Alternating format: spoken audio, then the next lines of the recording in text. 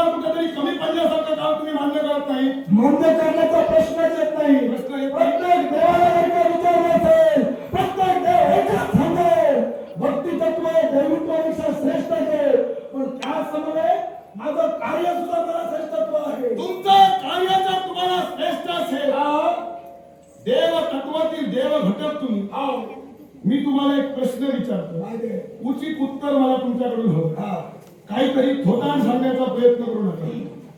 जे मी विचार त्याचं समर्पक उत्तर तुम्ही मला द्यायला हवं. सांगा हो, धर्माचे पुरस्कर्ते यमधर्म, व्रतवैकल्ये, यज्ञ यागादी कर्मे निर्माण केली कुणी? देवानं. देवतांनी निर्माण केली. मरत मानवानं तर निर्माण केली नाही. मग जी व्रतवैकल्ये, देव कार्य जी मरत मानव करतायत, मग त्यासाठी तुमचा अर्थ का? एकच देव कार्य यज्ञ कार्य हे मान्य देवानं निर्माण केलं. पण त्याचा समाज हाती दिला तो यमपाश, तो सुद्धा माझ्या हाती देवाने दिलाय. एवढं मात्र तुझ्या धान्य सुरे आणि त्याचा यमपाश हा एकत्र प्राण येत नाही. माझ्या कार्यात अडथळा येतोय म्हणून यमधर्म इथपर्यंत आला. आज जो मृत्यू तुझ्या यमपाशात येत नाही, त्याचं भक्ती प्राबल्य कुठेतरी श्रेष्ठ आहे. त्या भक्ती प्राबल्यापुढे तुझे यमपाश कुठेतरी पोल चालतात. आणि म्हणूनच सांगतोय, जो भक्ती तत्व आहे ते भक्ती तत्व विश्वाच्या ठिकाणी सध्याच्या आणि सध्याच्या आहे, ते तुझ्या यमपाशात केव्हा येणार नाही. कदाचित असावे भक्ती तत्व श्रेष्ठ, पण हा यमधर्म सुद्धा काही कमी नव्हे. स्वतःच्या यमपाशात प्राण दिल्याशिवाय धर्माचा पुरस्कर्ता तू आहे. अधिकाराची भाषा करू नको. अधिकारही आहे. लोकांच्या ठिकाणी येऊन मी यमपाशातून त्यांचे मृत्यू, त्यांचा आत्मा घेऊन गेले मी राहणार नाही. हे शब्द तुला शोभा देतात. बोलताना विचार कर, याच्या मागची कारण आहे विश्वाच्या खाली मृत्यूची देवता म्हणून यमधर्माला गणलं गेलं. मग जर का तीच मृत्यूची देवता कार्य करतो नसेल, काय माझं चुकलं? भक्ती तत्वात सध्या जाय, जिथं तुला स्थान नाही, जिथं प्रवेश करायला अधिकार नाही, तिथं तुझा हातात नाही पडा का? हे सारं मला कळल्यानंतरच, पण मला एक तू शब्द म्हणला तो अजून माझ्या कर्णात पटतोय. काय माहितीये का? मृत्यूची देवता धर्माची देवता असेल यांना वाटतं. मग तुला काय वाटतं? मी अधर्माचं वाटतं. याला कारण आहे तुझी आजची कर्म नाही, याच्यापूर्वी सुद्धा तू कर्म केलेली आहे. आणि या माझा केलेल्या कर्माचा फाडा जर वाचला ना, हे साऱ्यांचे प्राण देण्याचं विसरून जाशील. जे काय असेल माझे प्राण देण्याचे राहिले तरी चालतील. असेल ते पूर्ण कर. असेल तर पूर्ण करू. पूर्ण केल्यानंतर इथे असता तू माघारी जाशील. आता शब्द तू कशाला म्हणून तू अधर्माचा म्हणून मला सांगितलं. धर्माचा कसा तो मी सांगेन. प्रल्हाद पुत्र विरोचनानं केवळ व्रत आचरिलं होतं, हरिगिरी व्रत. त्या हरिगिरी व्रताच्या वेळी सुद्धा तिथं तुला तुझे पाच कुठेतरी कमी पडू लागले. त्यावेळी सुद्धा त्याच्या राज्यात जे जे मृत झाले ते सदैव वैकुंठवासी गेले, तुझ्या पाशात आले नाही. त्यावेळी तू काय केलं? तुझं तू पूर्ण कर, कारण मी अधर्माचा ना. मी धर्माचाच सांगतोय. मग तिथं तू अधर्म करण्यासाठी पहिला प्रथम देवराज इंद्रांपाशी तुझं जाणं झालं. देवराज इंद्रांना घडलेलं साकल्य वर्तमान त्यांना कथन केलं आणि त्याच्यानंतर अधर्माची देवता कलिदेवाला बोलविला. कलिदेवाला बोलून त्या हरिगिरी व्रतात कुठेतरी अडथळा आणण्यासाठी कलिदेवाची पाठवणूक तुम्ही केला. मी तुझ्या सदैव पृष्ठभागी आहे म्हणून शब्द भरलेल्या त्या देवराज इंद्राच्या दरबारी तुम्ही दिला. तो सांगकाम्या, तो कलिदेव त्या प्रल्हाद पुत्र विरोचनापर्यंत गेला. विरोचनाला तीव्र पद्धतीने विरोध दर्शविला. त्या विरोचनानं त्याला बंदिवान केलं. त्या विरोचनानं बंदिवान ज्यावेळी केलं त्याच्यानंतर तू गेला. तुझे शब्द घेऊ नकोस, मी तुझ्या पाठीमागे उभा आहे. तू मागं जो उभा राहिला तो मागचा मागच राहिला. तो तुझ्या सहकार्य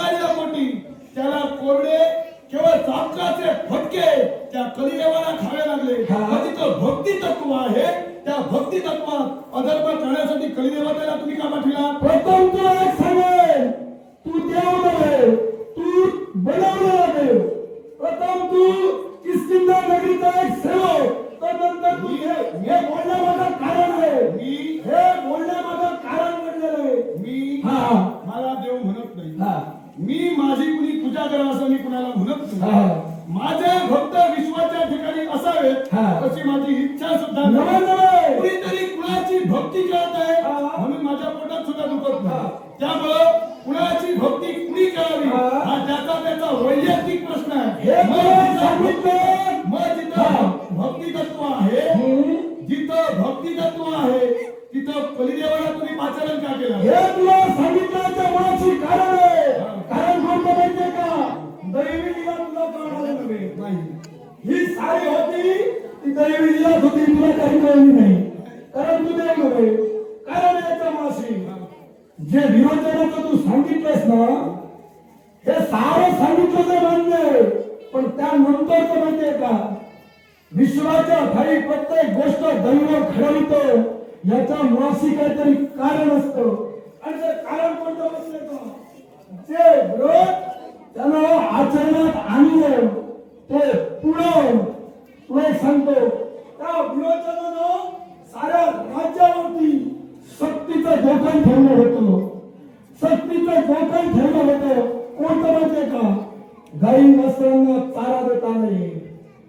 एका मातेनं आपल्या मुलाला दुग्ध भक्षण करू नये, अन्नाचं भोजन करू नये, ही सारी जोखणं पूर्ण रेतेवरती ठेवली गेली होती. यज्ञ करायचं होतं राजाला, आपण करावं, रयतेला सांगितलं मान्य.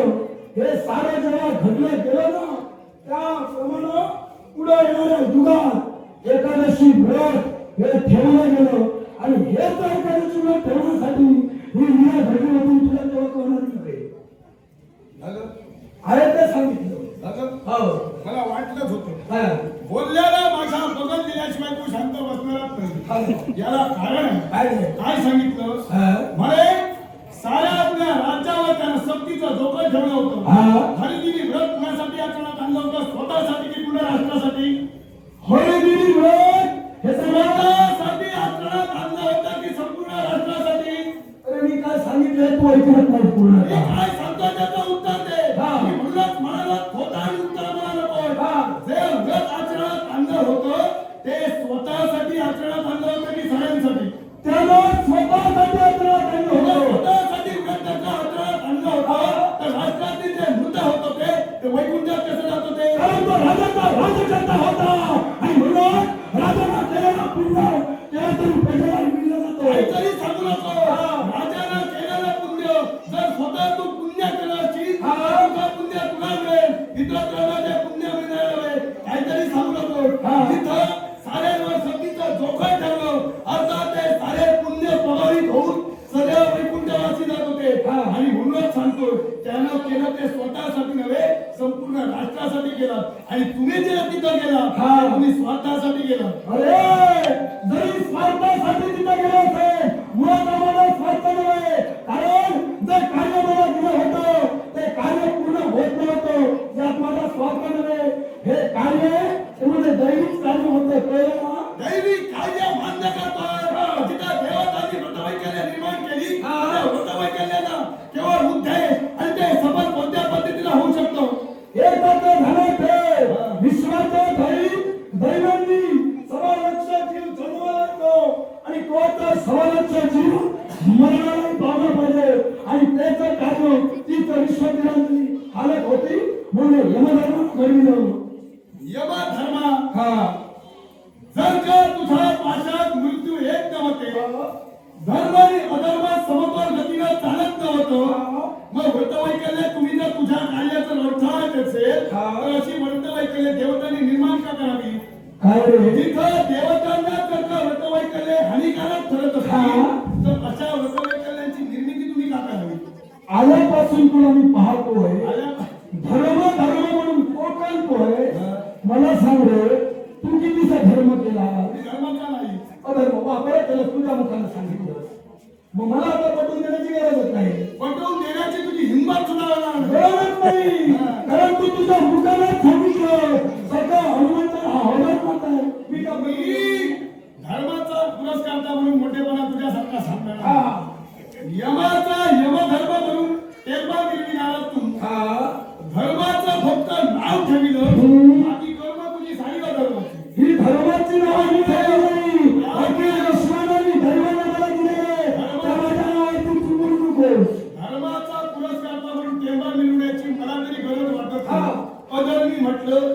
कळली हा. ज्यांना पटत असेल ते धर्माचे म्हणतील हा. ज्यांना पटत नसेल ते अधर्माचे आता म्हणतील ही तू बाजू माहिती नाही हा. तू स्वतः बाजू मारली बाजू हो कशी करा कारण तू धर्माचा म्हणून सांगतो आणि एक गोष्ट अधर्माचा वा वा. मला सांग रे. काय ते ठरव हा. मी धर्माचा मी अधर्माचा म्हणालो मी धर्माचा की अधर्माचा आधी तुझं तू ठरव असं नाही मी तुला अधर्माचाच म्हणत होतो पण मला वाटलं तुझं तरी स्वतःबद्दल स्वाभिमान असेल हा. पण नाही, स्वतः सांगू काय वाटलं नको. काय वाटलं काय तुला तू काहीतरी सांगशील मी तुला ऐकून घेईन शाबास. तेव्हाही शक्य होणार नाही ए. ती साध्य करा, साध्य करा. हे तुझं पोट टळल्याशिवाय एक मला सांग रे, तू आल्यापासून प्रभू रामचंद्राचं सांगितलं मग मला सांग प्रभू रामचंद्र हा तुझा देव म्हणजे तुझा गुरु होय ना देव. बरोबर मग ज्यावेळी रावण पुत्र इंद्रजी याला प्रत्यंगिरा मातेचा यज्ञ आरंभिला होता बरोबर मग त्या यज्ञकुंडात जी प्रज्वली होती ती अग्नी म्हणजे कोण अग्निनारायण बरोबर अग्निनारायण अवतार साक्षात महाविष्णूचा आणि तुझा प्रभू रामचंद्र हा अवतार कुणाचा महाविष्णूचा बरोबर ना मग त्याच अग्निकुंडात तू एक निंदनीय कृत्य केलं आठवतोय मग तुझ्या तू विसरलास म्हणून मी विसरणार नाही हा. मला सगळं बरोबर आठवतं त्या निंदनीय कृत्यात हा. तू प्रभावात ते निंदनीय कृत्य केलंस मग तिथं तुझी कुठं गेली होती रे प्रभामुक्ती मी तिथं निंदनीय कृत्य केलं हो तुला त्या इंद्रजिताचा मोठा पुळका आला उलटा इंद्रजिताचा नव्हे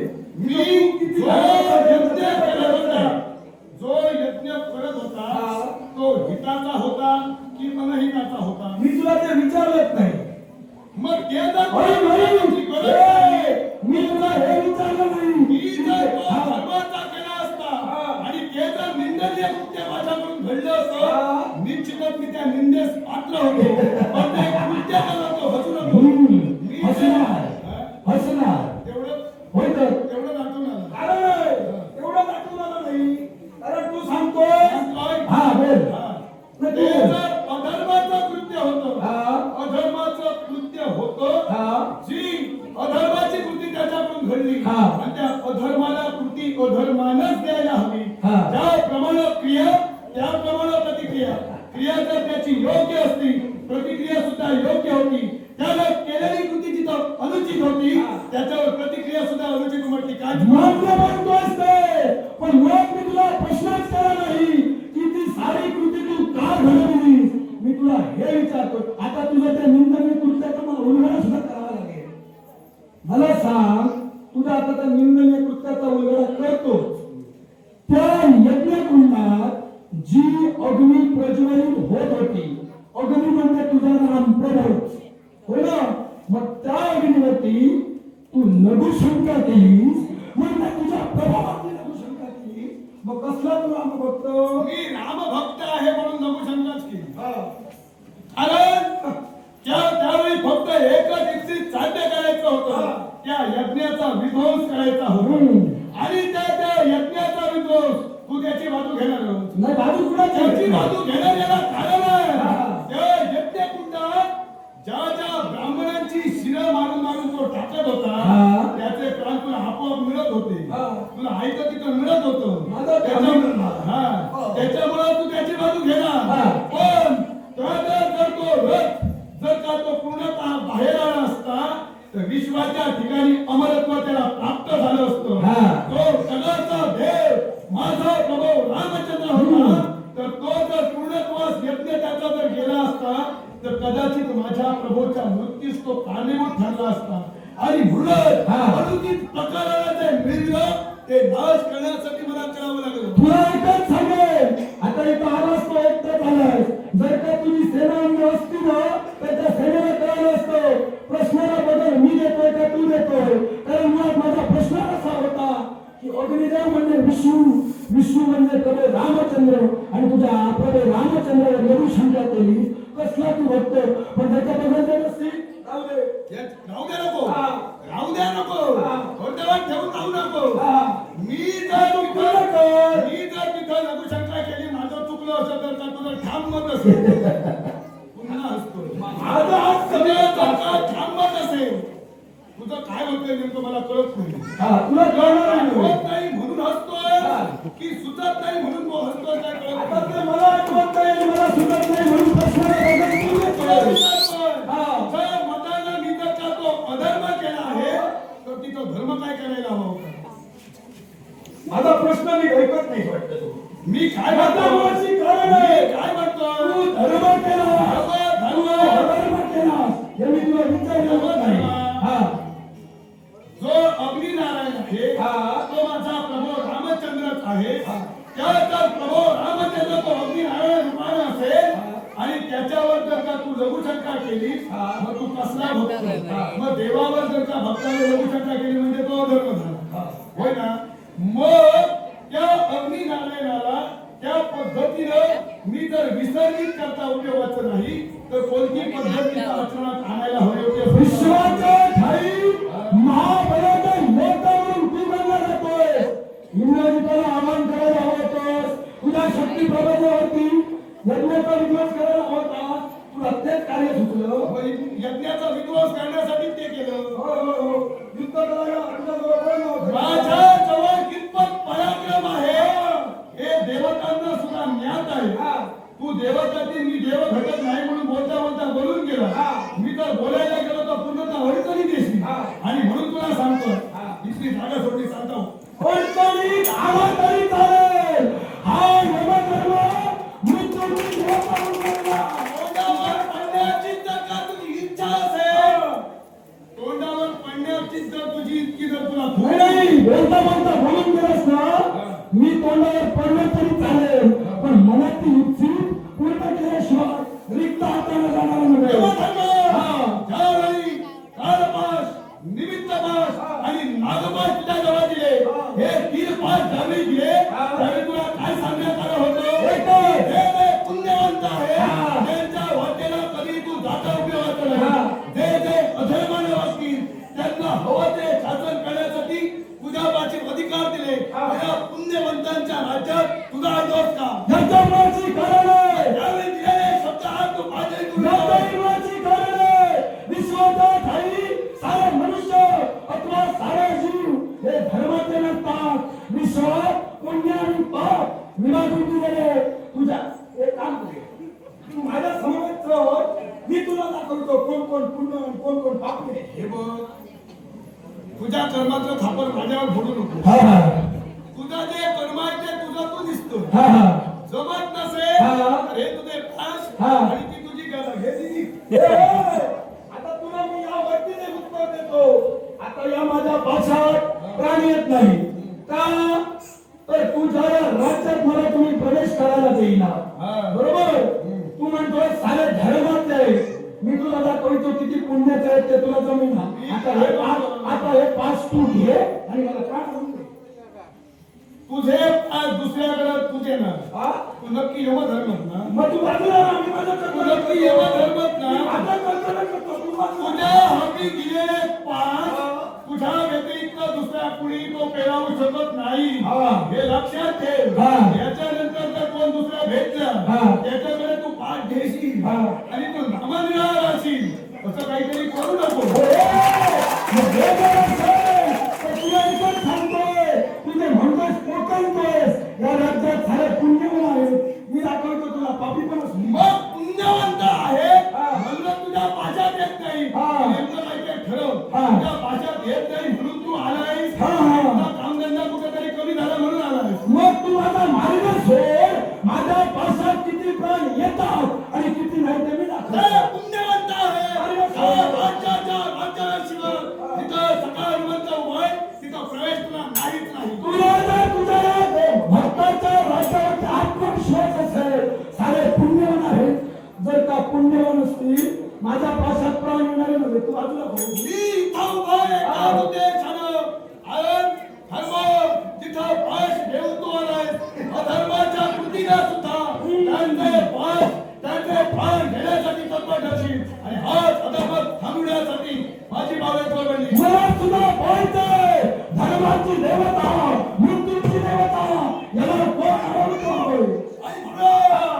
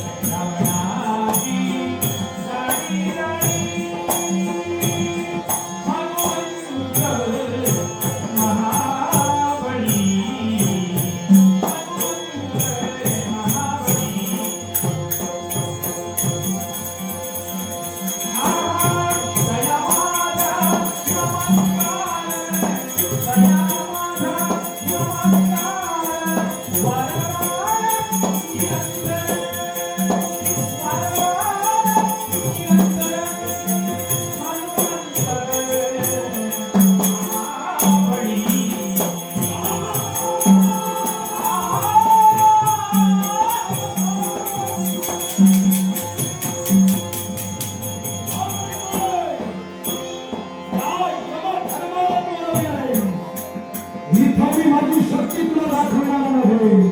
पण ज्या यमधर्माला कर्तव्याचा प्रश्न माझं कर्तव्य कसं पूर्ण करतो?